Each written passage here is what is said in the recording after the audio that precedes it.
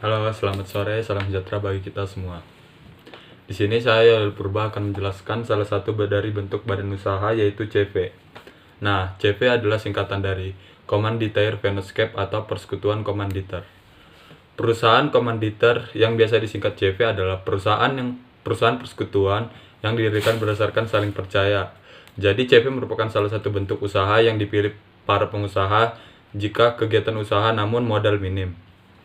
Nah, yang kedua adalah status sekutu komanditer atau CV. Status sekutu komanditer dapat disamakan dengan seseorang yang menitipkan modal pada suatu perusahaan, kemudian hanya menantikan hasil keuntungan dari inbrand yang dimasukkannya itu dan tidak ikut campur dalam kepengurusan pengusahaan maupun kegiatan usaha perusahaan. Meskipun sekutu komanditer diberi kuasa sekalipun, ia tidak boleh melakukan pengurusan apapun sebagaimana diatur dalam pasal 20 KUH Dagang. Selanjutnya jenis-jenis CV. Yang pertama adalah persekutuan komanditer murni. Nah, bentuk ini merupakan persekutuan komanditer yang pertama. Dalam persekutuan ini hanya terdapat satu sekutu komplementer sedangkan yang lainnya sekutu komanditer. Yang kedua, persekutuan komanditer campuran. Bentuk ini umumnya berasal dari bentuk firma bila firma membutuhkan tambahan modal. Sekutu firma menjadi sekutu komplementer, sedangkan sekutu lain atau sekutu tambahan menjadi sekutu komanditer. Yang ketiga, persekutuan komanditer bersaham. Persekutuan komanditer bentuk ini mengeluarkan saham yang tidak dapat diperjualbelikan dan sekutu komplementer maupun sekutu komanditer mengambil satu saham atau lebih.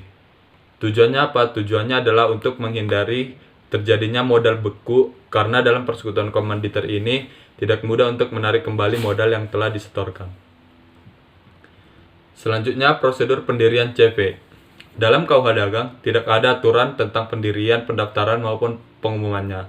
Sehingga persekutuan komanditer dapat diadakan berdasarkan perjanjian dengan lisan atau sepakat para pihak saja yang telah diatur dalam pasal 22 KUH Dagang.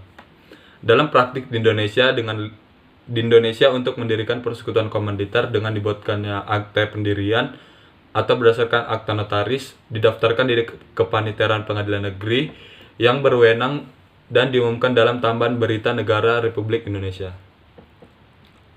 Selanjutnya adalah kelebihan dan kekurangan persekutuan komanditer. Yang pertama, kelebihan. Kelebihannya adalah mudah proses pendiriannya, kebutuhan akan modal dapat dipenuhi. Yang ketiga, persekutuan komanditer cenderung lebih mudah memperoleh kredit.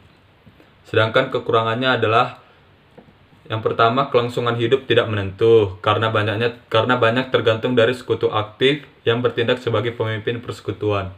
Yang kedua, tanggung jawab para sekutu komanditer yang terbatas mengendorkan semangat mereka untuk memajukan perusahaan jika dibandingkan dengan sekutu-sekutu pada perusahaan firma. Selanjutnya, cara mendirikan CV atau Komanditer Venuescape. Dokumen yang dibutuhkan adalah pas foto penanggung jawab, kopi KTP pendiri, fotokopi sertifikat tanah, stempel CV asli, surat keterangan domisili usaha dari kelurahan, dan yang terakhir adalah 6 lembar materai 6.000. Di sini ada tambahan, dikatakan jika yang Anda maksud adalah belum melakukan pendaftaran akta pendirian CV di pengadilan, maka salah satu dampaknya adalah Anda tidak bisa mengurus dokumen legalitas lainnya seperti izin usaha dan tanda daftar perusahaan atau TDP.